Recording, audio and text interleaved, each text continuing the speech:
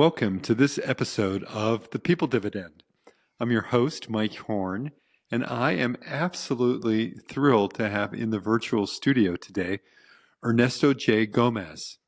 And he is a seasoned executive with over 30 years of experience, having built and led successful ventures across the food service industry in both the U.S. and Mexico. He's the author of Regrowth, How Organizations Can Overcome Stalling by Unlocking Their People's Potential. I can't wait to dig into this topic with Ernesto, given his business experience. It's a great title, Regrowth, How Organizations Can Overcome Stalling by Unlocking Their People's Potential. Let me tell you a little bit more before we dig in and why everyone in the audience should pay attention today. He went from a serial entrepreneur to a high-level corporate leader. He was VP of Human Capital at Grupo Alfa, a major Mexican conglomerate. He became Chief Human Resources Officer at Sigma Alimentos, global packaged goods companies. And he really worked through global talent issues, organizational culture initiatives, and was really so key. He's a lifelong learner. He studied communications. He's completed executive programs at Stanford GSB, MIT Sloan, Wharton Business School, Kellogg School of Management, Chicago Booth, London Business School, IMD. And he's the founder and CEO of Aspen Mindset One, a consulting firm dedicated to helping organizations and individuals reach peak performance. In 2024, he was invited as guest speaker in the Lead Through Ambiguity course at MIT Sloan School of Management. I think, what underlies all of this story, what underlies all of this experience is that Ernesto J. Gomez, is a devoted family person. 36 years of marriage, proud father of 3 daughters, 3 granddaughters, and he's always eager for learning, and all that's in front of us. So Ernesto, welcome to the People Dividend. Why don't you tell the audience a little bit about yourself? Yes, hello, Mike. Thank you for having me. I'm very excited to be part of your podcast. I can describe myself as a humanist. I started, as you mentioned, more than 35 years ago, running a business of myself in both Mexico and the US. And then for some reasons that are, just kind of random reasons, I ended up working with large organizations. The first one, we had a reach of 32 countries and about 80,000 employees. So this is a very large conglomerate. And the second one, that's a CHRO for Sigma Alimentos. It's 18 countries and 45,000 people. And what really drives me and I'm very passionate about is to kind of find the way to create the conditions where people can flourish, where people can really contribute at their best and reach or rise to what they are, meant to be. And when you do that at a scale, it's really complicated for many reasons. But that has driven my passion about, what are the conditions that an organization must meet in order for people to reach their best. And that's been part of the work that I've done. And now with my consulting firm, with Aspen Mindset One, I'm starting to work with other companies that are asking themselves the same question. That's why I wrote the book, by the way, the book Regrowth. The reason why I chose that title, Regrowth, it's because companies, just as people, in their path to become where they are meant to be, go to peaks and valleys. This is not a 45 inclination upward forever. So many times and oftentimes you have to stop, rethink your strategy, and kind of go back to your track. And that's why Regrowth seemed to me like a good title, so that you can put yourself together and recontinue your path to whatever your purpose might be. But it is a great title, and you describe yourself as a humanist. Can you say some more about that? Because I often think about in my work of leading with the humanistic values of dignity, kindness, and respect. But it's not often that people describe themselves as leading with as a humanist. Can you say more about that for you and your experience? Yes, of course. First and foremost, I like to connect with people. I mean, people, if you look at it in organizations and in families and in communities, it's all about people. In organizations, all problems end up being people problems. And the only reason by which you can uh, create value is when you connect, empathize, and build, co-create together with a team or a person or a colleague in order to achieve, more. Uh, being a humanist implies uh, understanding and being humble enough to open yourself up to what the other person has in mind, and recognize the value of somebody else's contribution, and that's something that I really connect to. I believe that it's part of the reason why I've been successful in business. Uh, Oftentimes, people and the teams that I have been working with have carried me, up, and they have pushed me into become better. And the reason why is because I allow them to do that. I open up myself to the team, to them, understood their aspirations. Everybody has aspirations. Everybody wants, to become a better person, to has a plan for their life. And when you get in touch with that fiber, I believe that the magic happens. So that's why I describe myself as a humanist, or at least as a student of human people, human condition. It's so fascinating too, Ernesto Gomez, about the subtitle of Regrowth, how organizations can overcome stalling by unlocking their people's potential. It's a different choice of words, stalling. Can you unpack that? Say some more about that Sure. too, please? Yeah, the premise of the book and the reason why the subtitle, I chose that subtitle, is because all organizations, small, large, uh, have the mandate to grow. Whenever you assume a position in any leadership capability, you're supposed to improve. You know, a key performance indicator. It might be revenues, profitability, market share, innovation, whatever. Even if you are self-employed, you want to grow. You want to become better, to do more for your clients and your customers.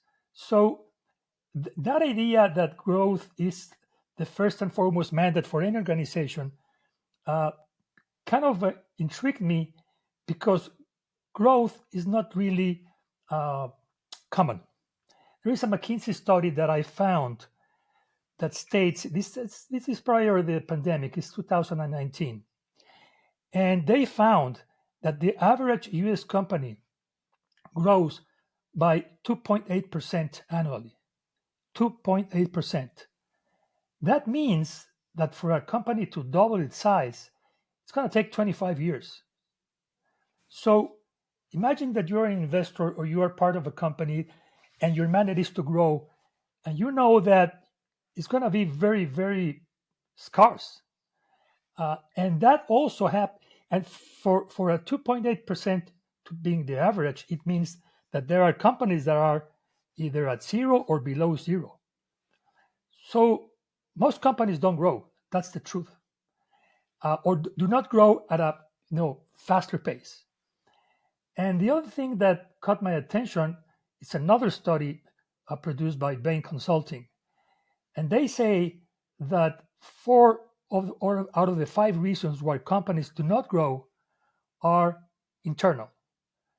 They are related to how the company is organized, how it's wired, and how the company leverages the contribution of its people.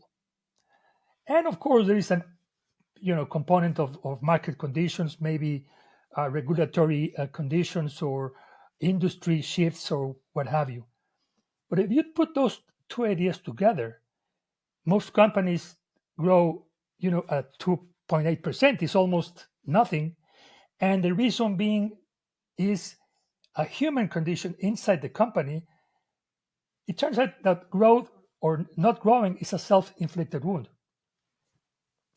So I imagine, because I've been in business for a long time, and I realized that, you have some good years, some bad years.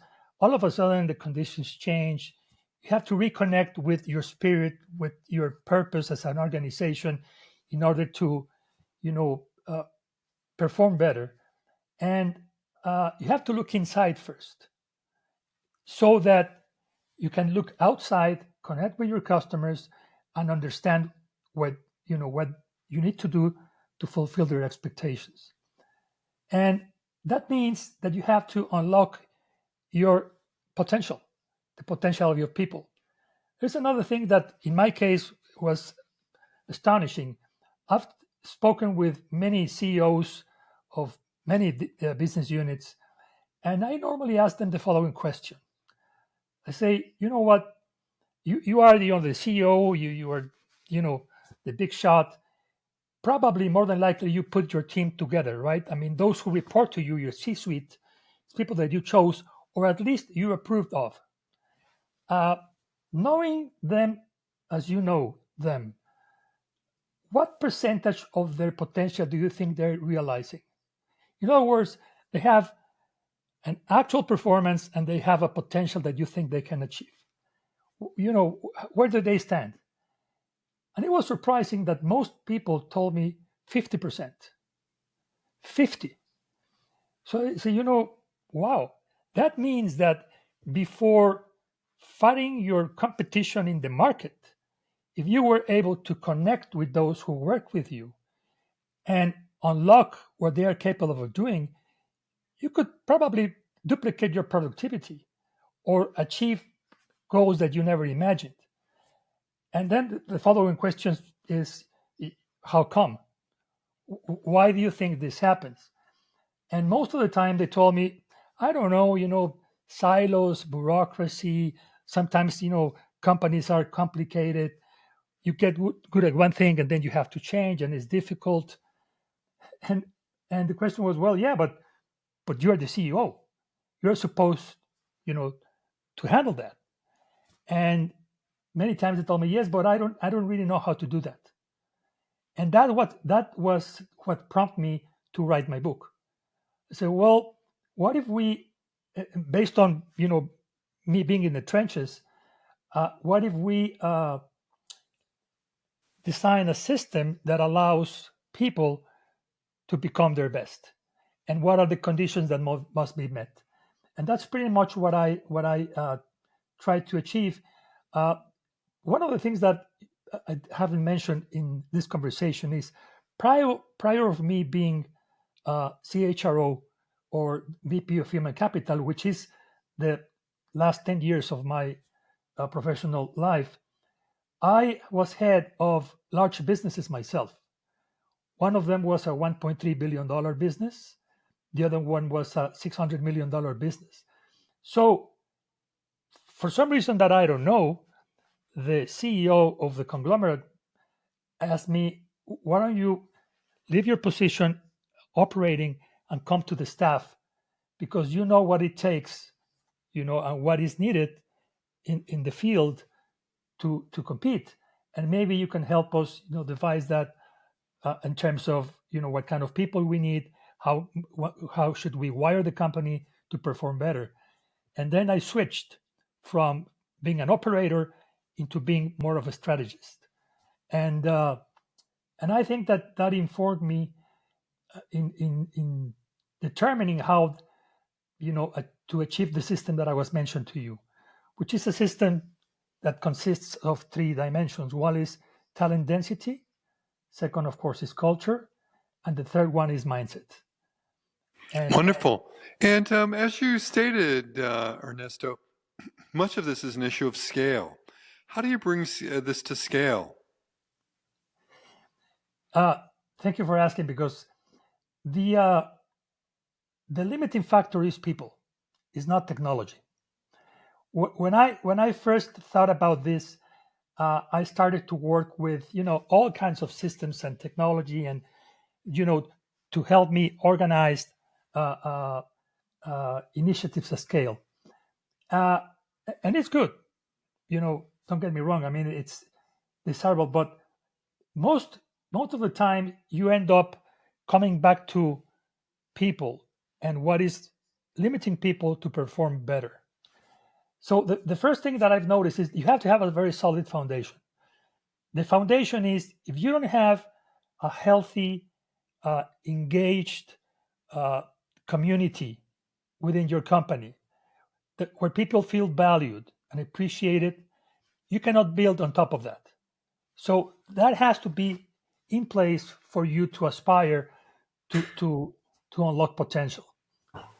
And then from there, you have to start declaring what you are, what you want to become, and how you're gonna enable that in terms of the behaviors, and of course the leadership models that you're gonna be installing. This is very general because it took me almost 400 pages in my book to get to describe this in detail. But in a snapshot, you have to have the most talented people you can afford in your key positions of your company. You don't need to have highly talented people in all positions because it's sometimes very difficult to do that. But in the key positions where your capabilities and your competitive advantages are located, you have to have top-notch talent. Then you have to have a system. I call it, a creed and a purpose. The contextual effect conditions that could become barriers if you don't take care of them. And then a leadership model, I call it a stewardship model actually, to make sure that the culture is lived day by day and leaders are leading using those tenets. So that's That's in a great. nutshell. And you call it a stewardship model. Well, how come? Let me tell you something. I believe that the word leadership is being overused. It's one of these words, like disruption, like, things that meant something, but all of a sudden, I think it's being really, really overused. And some people, and this is something that I found in my experience, believe that, well, I'm not really a leader because leader is an inspired person, a person that can connect, and I'm just a regular guy. And so sometimes people are expecting somebody else to do things for them.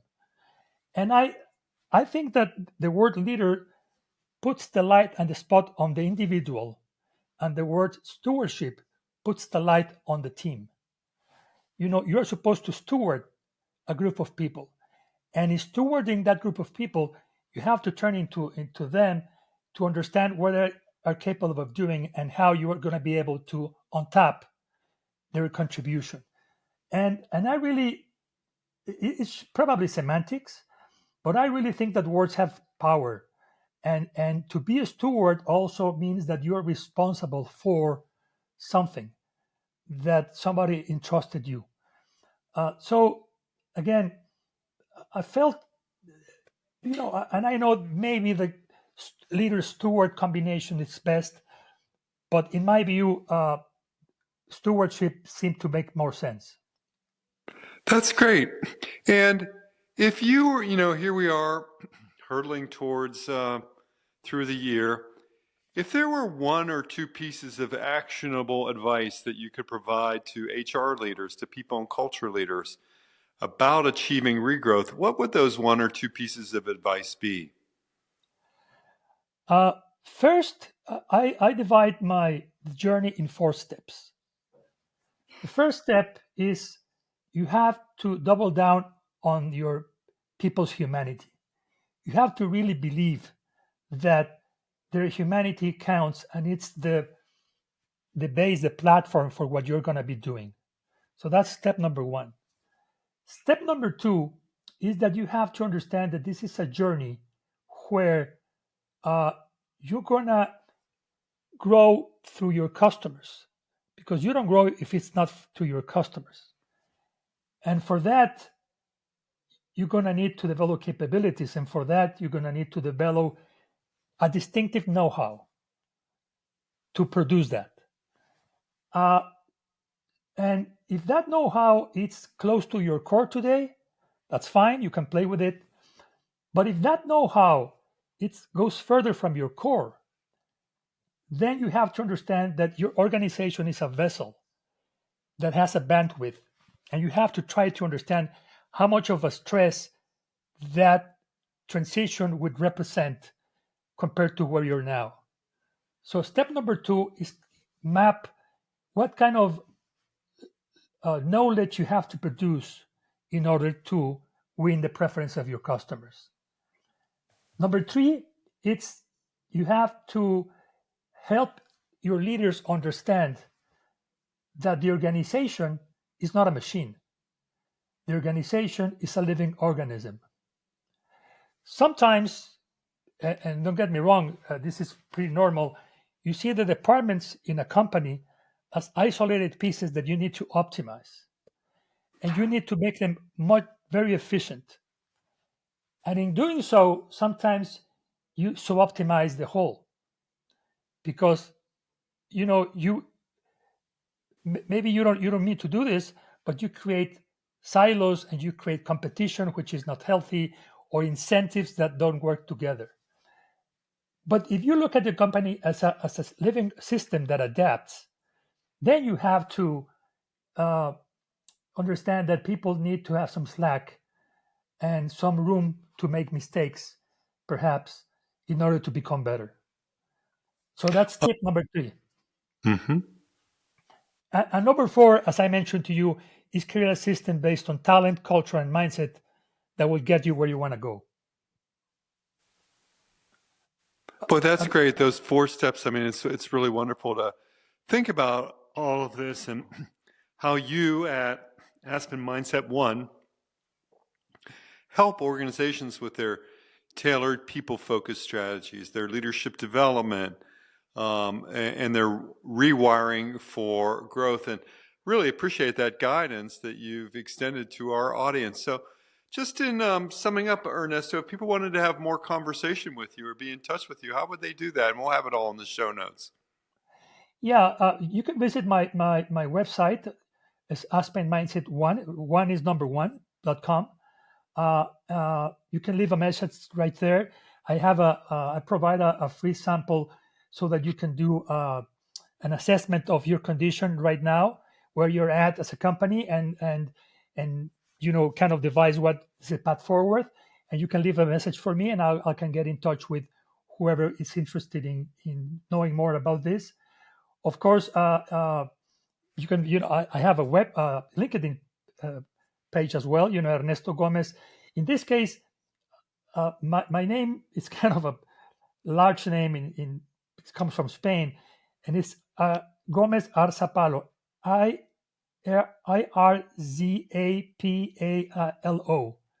Gomez Arzapalo. So you can just type in LinkedIn Ernesto Gomez Arzapalo, and you can find me there. I publish regularly, so we can also get in touch.